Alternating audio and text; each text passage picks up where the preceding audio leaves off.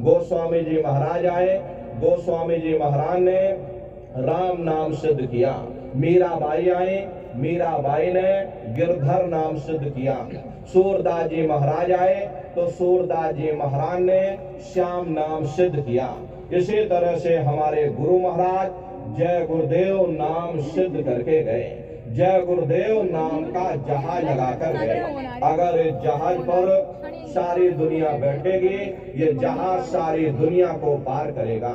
नए जीवों के लिए नामदान को और सरल से सरल किया गया। वरना बहुत से पुराने प्रेमी हैं, अगर उनसे पूछ लिया जाए कि भाई जरा नाम रूप स्थान गाजे बाजे बता दो, वो तक भूल जाते हैं। इसलिए नए जीवों के लिए इस रास्ते को सरल से सरल किया गया।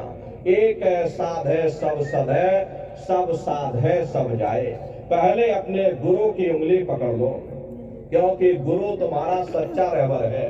गुरु बिन भव निज करे न कोई, बगैर गुरु के तुम्हारी ये जीवात्मा इस भव सागर से पार नहीं जा सकती।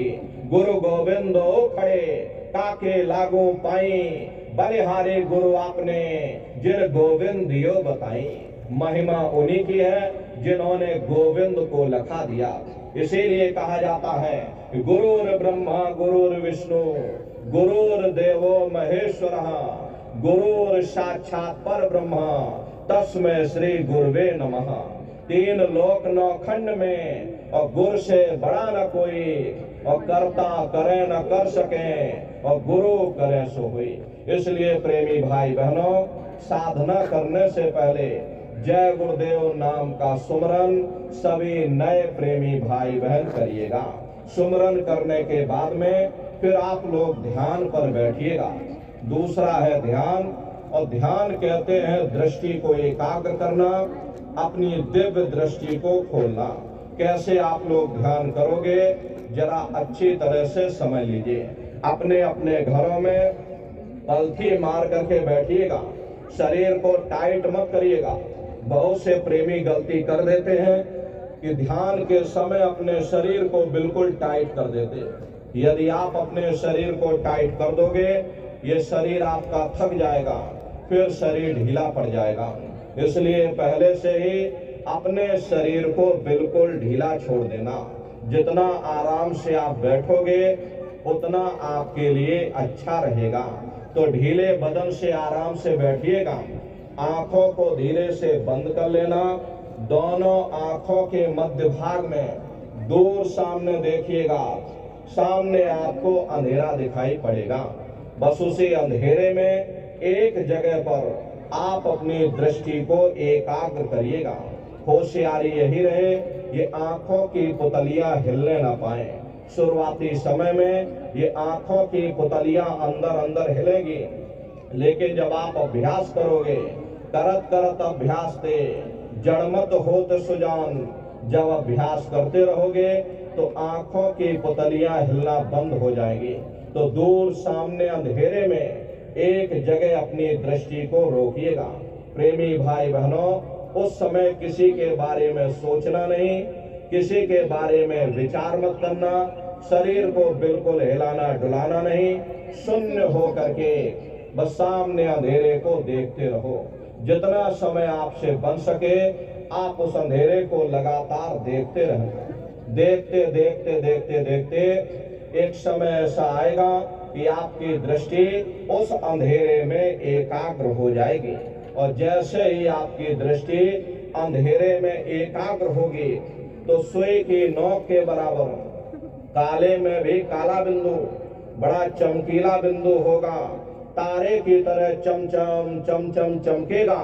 वो चमकता हुआ बिंदु सामने दिखाई पड़ जाएगा। जब वो चमकता हुआ बिंदु सामने दिखाई पड़ जाए तब आप अपनी दृष्टि को उस चमकते हुए बिंदु पर एकाग्र कर देना।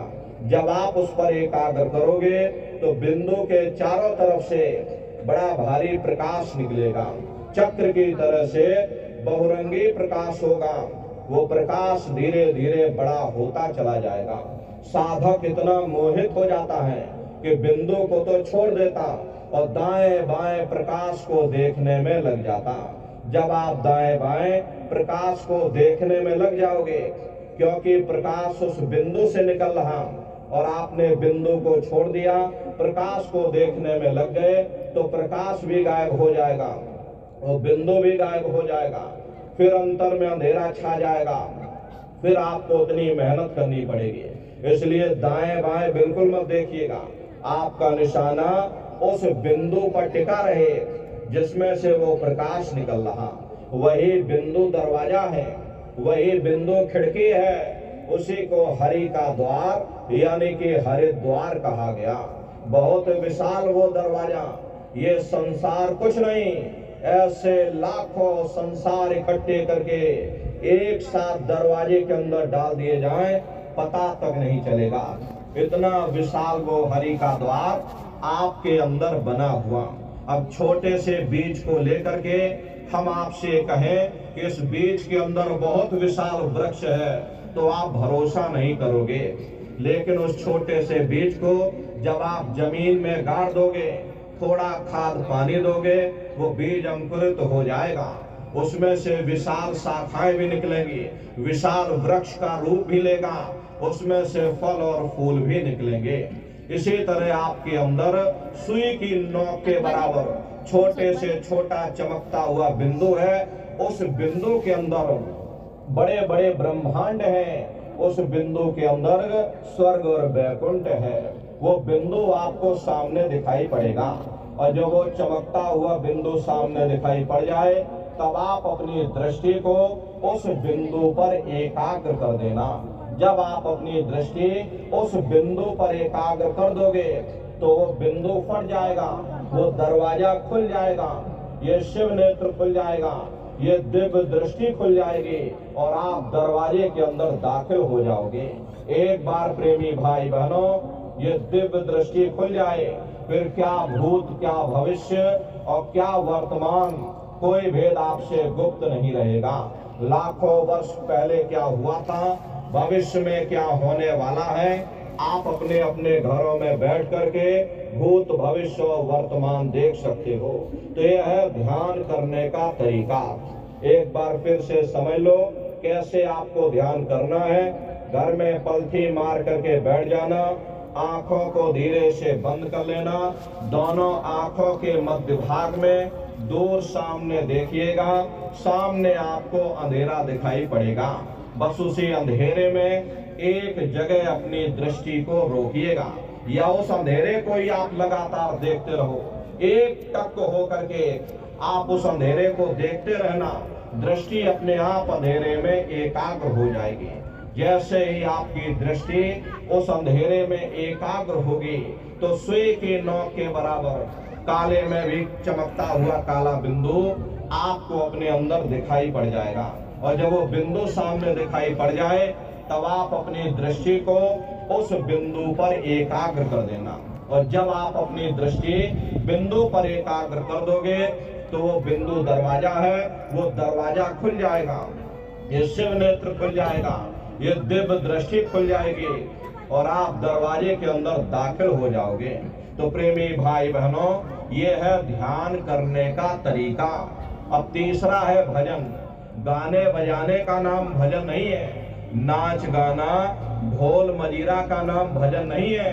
भजन के तो शब्द को सुनना, उस नाम को सुनना, उस देववाणी आकाशवाणी को सुनना जो 24 घंटे तुम्हारे अंदर गूंज रही।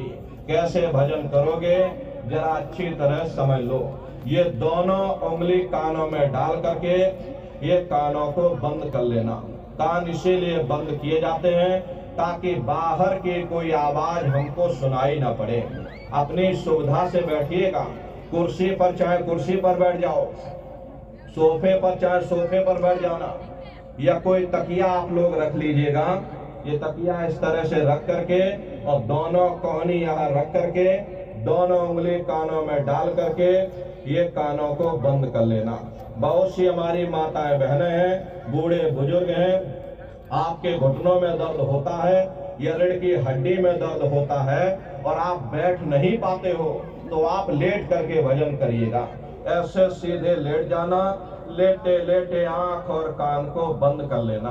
मतलब तो आंख और कान को बंद करना है, चाहे आप लेट करके करो या चाहे आप बैठ करके करो। यही कहा गया कि आंख कान मुख बंद कराओ, अनहद झिंगा शब्द सुनाओ।